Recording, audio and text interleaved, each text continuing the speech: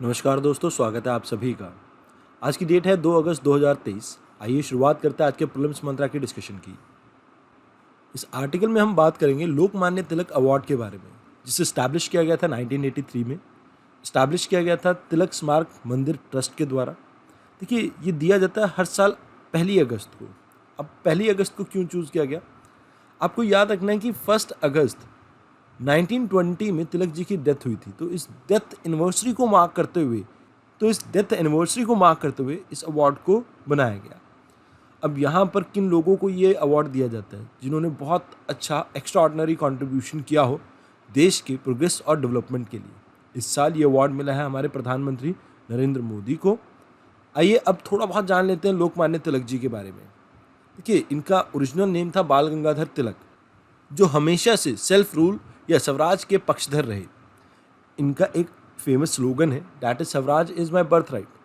आज़ादी मेरा जन्मसिद्ध अधिकार है और मैं उसे पा के रहूँगा। तो ये इनका एक स्लोगन है जिसे आपको याद रखना है। ये वैसे रेडिकल नेशनलिस्ट की कैटेगरी में आते थे। आप ये कह सकते हैं कि नरम दल और गरम दल होते हैं ना, तो ये गरम दल के नेता थे, जिन्हें अक्सर फादर ऑफ इंडियन अनरेस्ट भी कहा जाता है। इन्होंने कांग्रेस को ज्वाइन किया था 1890 में, और 1905 में इन्होंने मेजर रोल अदा किया था जब बंगाल पार्टीशन के टाइम पे स्वदेशी मूवमेंट स्टार्ट हुई थी। इसके अलावा 1916 से 1918 के बीच में आपको याद रखना है, इन्होंने पार्टिसिपेट किया था इंडियन होम रूल लीग में एनी बेसेंट के साथ, और इन्होंने लीड किया था महाराष्ट्र, सेंट्रल प्रोविंसेस और कर्नाटका जैसे एरिया में।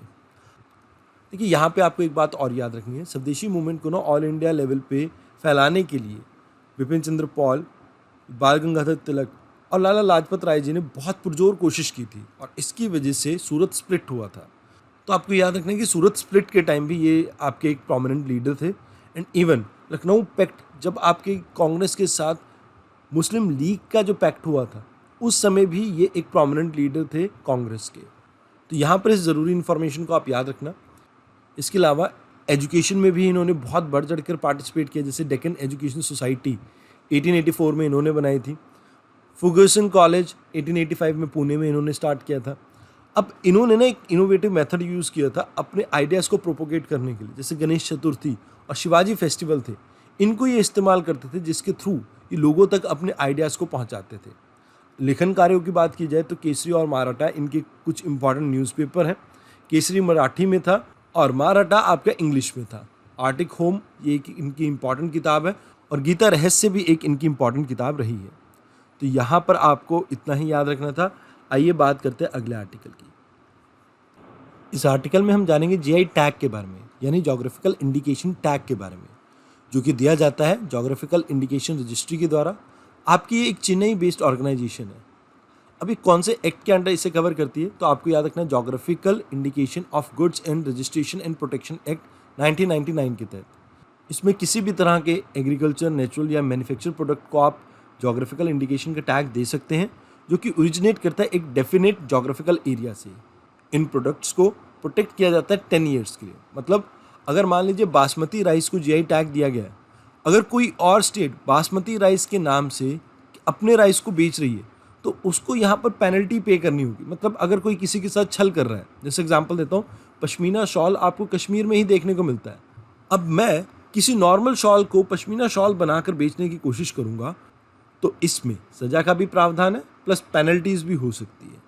तो यहाँ पर आपको याद रखना है कि भाई अभी रिसेंट टाइम में 6 प्रोडक्ट्स को ऐसे जीआई टैग मिला है। सबसे पहले आपको याद रखना है गोआन बोबैनिक। ये क्या है? ये एक तरह की पुडिंग है, मतलब एक मीठी डिश है जो ट्रेडिशनली इंडो पुर्तगीज़ के द्वारा प्रिपेयर की जाती है। जलेसर धातु शिल्प, ये यूपी के इटावा की डेकोरेटिव मेटल क्राफ्ट की एक कला है। इसके बाद राजस्थान की 3 है। उदयपुर कोफ्तगिरी, ये मेटल क्राफ्ट है जो कि तलवारों के ऊपर डिज़ाइन क्रिएट किए जाते हैं, कुछ पैटर्न क्रिएट किए जाते हैं। जोधपुर बंदेज क्राफ्ट, ये एक तरह से कपड़े को टाई और डाई करने का मेथड है। और लास्ट में आ जाता है आपका बीकानेर उस्ताद कला क्राफ्ट, जो कि गोल्डन नक्काशी से रिलेटेड है। इन सब के अलावा मनकुर्दा, ये एक आपका मैंगो है जो गोवा में मिलता है, इसको भी जीआई टैग मिला है।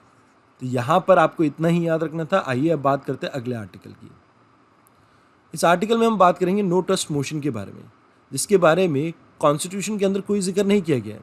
ऑल्दो कॉन्स्टिट्यूशन के आर्टिकल 75 में ये कहा जाता है कि council of minister collectively responsible है लोकसभा को, और इसी कलेक्टिव रिस्पॉन्सिबिलिटी को इंश्योर करता है रूल 198 ऑफ लोकसभा, जो बात करता है नो ट्रस्ट मोशन और कॉन्फिडेंस मोशन के बारे में। देखिए इसमें होता क्या है, इसे इंट्रोड्यूस करने के लिए आपको एटलीस्ट 50 मेंबर का सपोर्ट चाहिए लोकसभा के अंदर, और ये सिर्फ लोकसभा में ही इंट्रोड्यूस हो सकता है। अगर ये पास हो गया तो इसका मतलब है कि आपकी गवर्नमेंट को रिज़ाइन करना पड़ेगा, और इसे पास करवाने के लिए आपको सिंपल मेजॉरिटी चाहिए होती है लोकसभा में। इसके लिए पहले आपको कोई रीज़न मेंशन करने की ज़रूरत नहीं है। आपके जो स्पीकर होते हैं ये एडमिट करते हैं इस मोशन को, मतलब फाइनल अथॉरिटी इन्हीं की रहती है। अगर उन्हें लगता है कि इस मोशन को अडॉप्ट करना चाहिए तो अडॉप्ट करते हैं, अदरवाइज़ नकार भी सकते हैं। अब यहाँ एक चीज़ याद रखना, इसके लिए कोई डे फिक्स किया जाता है। जैसे अभी हाल फिलहाल में ये कहा जा रहा है कि 8 अगस्त को इसके ऊपर डिबेट होगी, जिसके ऊपर रिप्लाई देंगे आपके प्रधानमंत्री 10 अगस्त को। तो यहाँ पर आपको इस आर्टिकल में इतना ही याद रखना था। आइए अब बात करते हैं अगले आर्टिकल की। इस आर्टिकल में हम सबसे पहले बात करेंगे मनरेगा के बारे में, और फिर कंटेक्स्ट जानने की कोशिश करेंगे। देखिए सबसे पहले तो आपको पता होना चाहिए मिनिस्ट्री ऑफ रूरल डेवलपमेंट, इसने इस स्कीम को स्टार्ट किया था 2005 में। अब इसमें करा क्या जा रहा है, देखिए अगर मान लीजिए कोई इंसान, जैसे मान लीजिए ये राजू है, राजू ने गांव में काम ढूंढने की कोशिश की, इसने इनरोल किया गवर्नमेंट के साथ कि भाई मेरे को रोज़गार दीजिए।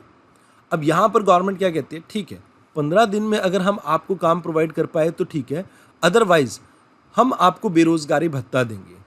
अब यहाँ पर एक बात और भी कही जाती है कि जो आपको काम प्रोवाइड किया जाएगा राजू, वो 5 किलोमीटर के अंदर ही होना चाहिए। मतलब ये 5 किलोमीटर के बाहर हुआ तो भी आपको सरकार बेरोज़गारी भत्ता प्रोवाइड करेगी राजू।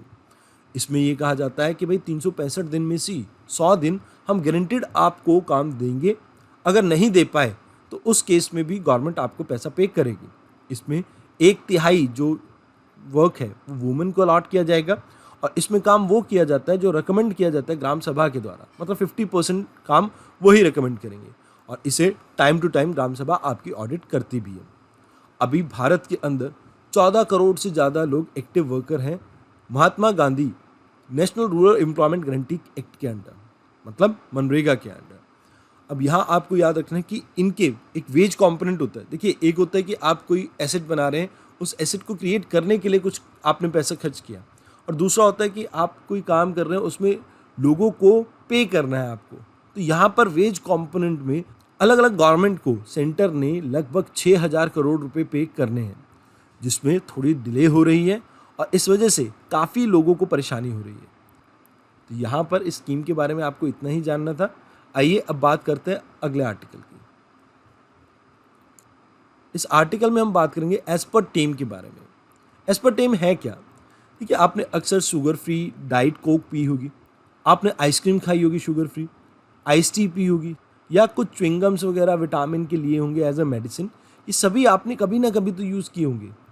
इन्हीं में आर्टिफिशियल स्वीटनर के तौर पे यूज़ किया जाता है एस्पर्टेम। अभी हाल फिलहाल में WHO के एक ऑर्गेनाइजेशन है, expert organization, that is international agency for research on cancer, जो कि इस्टेब्लिश की गई थी 1965 में। इनका मेजर काम है कि ये स्टडी करते हैं कि कौन कौन सी चीज़ें कैंसर कॉज करती हैं। तो इनकी रिपोर्ट के अकॉर्डिंगली ये एस्पर्टेम जो कि यूज़ किया जाता है आर्टिफिशियल स्वीटनर के तौर पे, ये पॉसिबली कार्सिनोजेनिक हो सकता है, मतलब कैंसर कॉजिंग हो सकता है। तो यहाँ पर आपको इस आर्टिकल में इस केमिकल के बारे में ही जानना था, और क्यों ये न्यूज़ में था इतना ही आपको पता होना चाहिए। आइए अब बात करते हैं अगले आर्टिकल की। इस आर्टिकल में हम बात करेंगे टाइगर के बारे में। देखिए रिसेंटली एक स्टडी पब्लिश हुई जिसमें ये बताया गया कि टाइगर रिजर्व्स जो कि पूरे भारत में फैले हुए हैं, इसमें 20% एरिया में आपको ऐसा देखने को मिल रहा है कि सिर्फ 1% पॉपुलेशन ही रह रही है, या 1% से भी आप कम कह सकते हैं, क्योंकि भारत के अंदर लगभग 3682 टाइगर आपको देखने को मिलते हैं। अब इसमें से सिर्फ 25 ही टाइगर मिलते हैं आपको 16 टाइगर रिजर्व में, जो कि बहुत ही चौंकाने वाला फैक्ट है। तो यहाँ पर आपको याद रखना होगा कि भारत के अंदर जो टाइगर की पॉपुलेशन है वो इवनली डिस्ट्रीब्यूटेड नहीं है, और जो इसकी वर्नेबिलिटी को इंक्रीज़ करती है। अब टाइगर के बारे में आपको पता होना चाहिए कि इसका हैबिटेट साइबेरियन टेम्परेट एरिया से स्ट्रेच करता है, और इंडिया के सब ट्रॉपिकल और ट्रॉपिकल फॉरेस्ट तक ये स्ट्रेच करता है। अगर बात की जाए कौन से शेड्यूल में आता है वाइल्ड लाइफ प्रोटेक्शन एक्ट के, तो शेड्यूल 1 में आता है ये, IUCN की इंडेंजर्ड कैटेगरी में है, और साइट्स के अपेंडिक्स 1 में आता है आपका टाइगर। भारत के अंदर लार्जेस्ट टाइगर रिजर्व आपको देखने को मिलता है नागार्जुन सागर सैसीचलम टाइगर रिजर्व, जो कि आंध्र प्रदेश में लोकेटेड है। अब यहाँ एक क्वेश्चन है आपसे मेरा, आपने मुझे बताना है कि भारत में सबसे छोटा टाइगर रिजर्व कहाँ पे लोकेटेड है और उसका नाम क्या है। आइए अब बात करते हैं अगले आर्टिकल की। इस आर्टिकल में हम बात करेंगे जीएसटी कलेक्शन के बारे में। ये टी आप थोड़ा साइलेंट कर देना, ये गलती से टी लिखा गया है। अगर जीएसटी कलेक्शन की बात की जाए, इस बार एक बार फिर से 11% का इंक्रीमेंट देखने को मिला जीएसटी कलेक्शन में, और इस साल जुलाई मंथ के कलेक्शन रहा हमारा 1.65 लाख करोड़। अब देखिए यहाँ पर आपको पता होना चाहिए कि ज़्यादातर जो रेवेन्यू में इंक्रीज देखने को मिला है वो डोमेस्टिक ट्रांजैक्शन में देखने को मिला है, जिसमें CGST रहा आपका लगभग 29,000 करोड़ के आसपास। इसके अलावा स्टेट जीएसटी की बात की जाए तो ये आपका लगभग 37,000 करोड़ के आसपास रहा है। और यहाँ पर सेस जो कलेक्ट किया गया है, सेस लगभग 11,000 करोड़ के आसपास कलेक्ट किया गया, ऑलमोस्ट 12 ही कह सकते हो आप। और इंटीग्रेटेड जीएसटी रहा आपका 41,000 करोड़ के आसपास। तो आपको यहाँ पे जो याद रखने वाली बात है, ये फिगर नहीं, यहाँ पर आपको याद रखना है कि सबसे ज़्यादा जो कंपोनेंट रहा वो रहा है आपका इंटीग्रेटेड जीएसटी का। अब बात कीजिए जीएसटी की, तो इसे इंट्रोड्यूस किया गया था 2014 में, ऑल्दो ये एक्ट आया था आपका 2016 में with 101st constitutional amendment act. यहाँ पर जो आपके एक्साइज ड्यूटी, सर्विस टैक्स जो सेंटर कलेक्ट किया करती थी, इन्हें समर्ज कर दिया गया था जीएसटी के अंडर, और वैट और लग्जरी टैक्स जो स्टेट कलेक्ट करती थी, इन्हें भी मर्ज कर दिया गया था जीएसटी के साथ। अगर बात की जाए आर्टिकल 246A, ये पावर देती है आपकी स्टेट गवर्नमेंट को कि वो भी गुड्स एंड सर्विसेज के ऊपर टैक्स लगा सकती हैं। और कॉन्स्टिट्यूशन के आर्टिकल 279 के अंडर जीएसटी काउंसिल की फॉर्मेशन की गई है, जो कि एक कॉन्स्टिट्यूशनल बॉडी है। हेड करते हैं जिसे हेड करते हैं आपके फाइनेंस मिनिस्टर, और इसमें स्टेट गवर्नमेंट अपने नॉमिनी को भेजती है। अब यहाँ पर इस काउंसिल में जो भी डिसीजन लिया जाता है वो 75% वोट के साथ लिया जाता है, मतलब 3/4 मेजॉरिटी आपको चाहिए। और यहाँ पर इस चीज़ को इंश्योर किया गया है कि स्टेट की डोमिनेंस थोड़ी ज़्यादा रहे। तो सेंटर को 1/3 वोटिंग राइट्स हैं और स्टेट को मिलते हैं आपके 2/3 voting rights. Minister of state जो फाइनेंस से रिलेटेड होंगे वो भी इसके मेंबर रहते हैं। तो इस आर्टिकल में इतना ही था। अगर आपको हमारे हैंड रिटन नोट्स को डाउनलोड करना है तो आप इस QR कोड को स्कैन कर सकते हैं और ज्वाइन कर सकते हैं हमारे टेलीग्राम चैनल को। तो आज की इस वीडियो में इतना ही, धन्यवाद।